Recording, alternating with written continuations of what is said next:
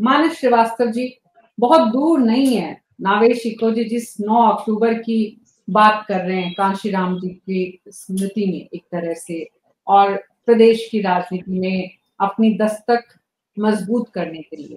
लेकिन आज की तारीख में हम जहां पर बसपा को देख रहे हैं, क्या ये वाकई में जो किसी बड़े तूफान से पहले का सन्नाटा है? नहीं, किसी तूफान से पहले का कोई सन्नाटा नहीं है इसमें। ये तो बहुजन समाज पार्टी जिस तरीके से बीते एक दशक से जिस तरीके से वो निष्क्रिय और जिस तरीके से वो काम कर रही है, तो दरअसल जो अपना उनका जो कोर मूल वोट बैंक है उससे वो दूर होती चली गई है। 2014 से इसकी शुरुआत हो चुकी है, लेकिन उसकी वापसी के लिए मायावती या उनकी पार्टी की तरफ से किसने प्रयास किया? जो तमाम पार्टी के कद्दावर नेता थे जिनके नाम से जिनका अपना जनाधार था, वो चाहे वो नसीमुद्दीन सिद्दीकी हो, स्वामी प्रसाद मौर्य हो, रामअचल राजभर, तमाम ऐसे नेता, लालजी वर्मा हो, तमाम ऐसे नेता धीरे धीरे छोड़ करके समाजवादी पार्टी में क्यों चले गए, इस बात पर मायावती जी को विचार करना चाहिए था, जो कि नहीं किया गया।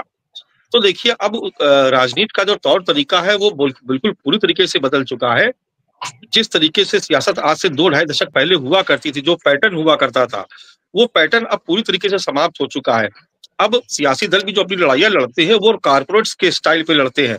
अब आप देखते हैं कि तमाम सियासी दलों की तरफ से एजेंसीज हायर की जाती हैं, पहले से सर्वे कराए जाते हैं, उसके बाद किसी एजेंसी के जरिए प्रचार प्रसार के लिए वो रणनीति तैयार होती है, उसके बाद उसका डिजिटल माध्यम से, सोशल मीडिया के माध्यम से तमाम तरीके से अलग अलग मोर्चों पर लड़ाई लड़ी जाती है। अब सवाल ये है कि जो बहन जी का जो वोटर है, मायावती का जो वोटर है, वो दरअसल आज भी वो उसके पास इतनी कैपेसिटी नहीं है कि वो बहुत अच्छा फोन और उसको अफोर्ड कर सके और वो सोशल मीडिया पे इतना एक्टिव हो। कुछ बड़े लोग जो समझदार हो गए या कुछ ऐसे लोग जो सक्षम संपन्न हो गए वो अलग बात, लेकिन आज भी इसकी तादाद बहुत ज्यादा है जिनके पास इस तरीके के संसाधन उपलब्ध नहीं है। तो फिर उनके पास क्या है? तो उनके पास सिर्फ एक चीज बचती है कि जो बूथ कमेटियां हैं, यानी बूथ लेवल तक कार्यकर्ताओं का गठन होना चाहिए, टीम का गठन होना चाहिए, और जिस आबादी के बीच से निकल करके मायावती आई, कम से कम वहां पर इनके लोगों को दस्तक देनी चाहिए। बीते 2 साल में कई स्टोरीज मैंने ऐसी की जिसमें हमने कहा कि अब ऐसा होने जा रहा है, अब मायावती ने रणनीति बनाई है, अब बसपा ऐसा करेगी। लेकिन हकीकत में क्या हुआ? हकीकत में तो कुछ नहीं हुआ। जब उसका वक्त आया करने का तो कोई उसका इनपुट मिला ही नहीं, तो थक हार करके हम लोगों ने भी उसको छोड़ दिया एक पत्रकार के तौर पे।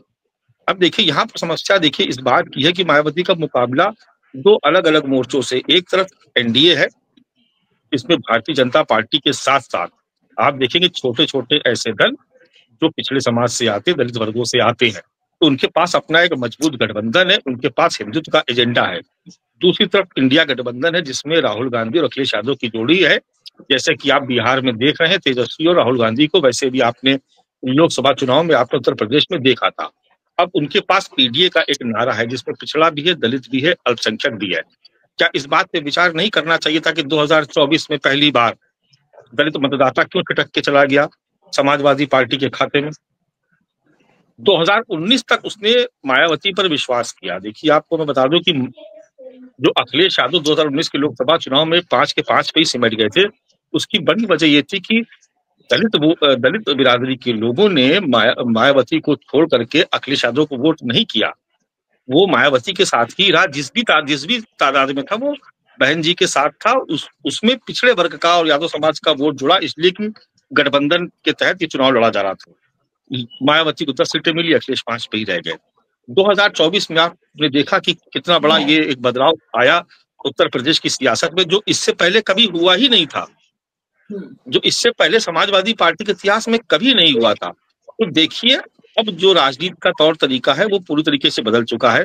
ग्राउंड पे जाकर के काम करना होगा। आप देख रहे हैं कि अखिलेश यादव की टीम लगातार किसी ना किसी मुद्दे पे, एक तो खुद अखिलेश यादव हर रोज प्रेस कॉन्फ्रेंस करते हैं, वो कोई ना कोई मुद्दा ला करके मीडिया को बुला लेते हैं और उसके बाद उसको ब्रीफ करते हैं। और छोटे छोटे समाज का हर 2-4 दिन बाद कोई ना कोई सम्मेलन होता हो, कभी प्रजापति समाज का, कभी विश्वकर्मा समाज का, कभी किसी, मतलब वो एक जातिगत उनका जो एक समीकरण जो उस तरीके से वो तैयार कर उनके लोगों को बुलाते हैं, तमाम छोटे छोटे संगठन के लोगों को बुला करके उसके बाद उनके मायावती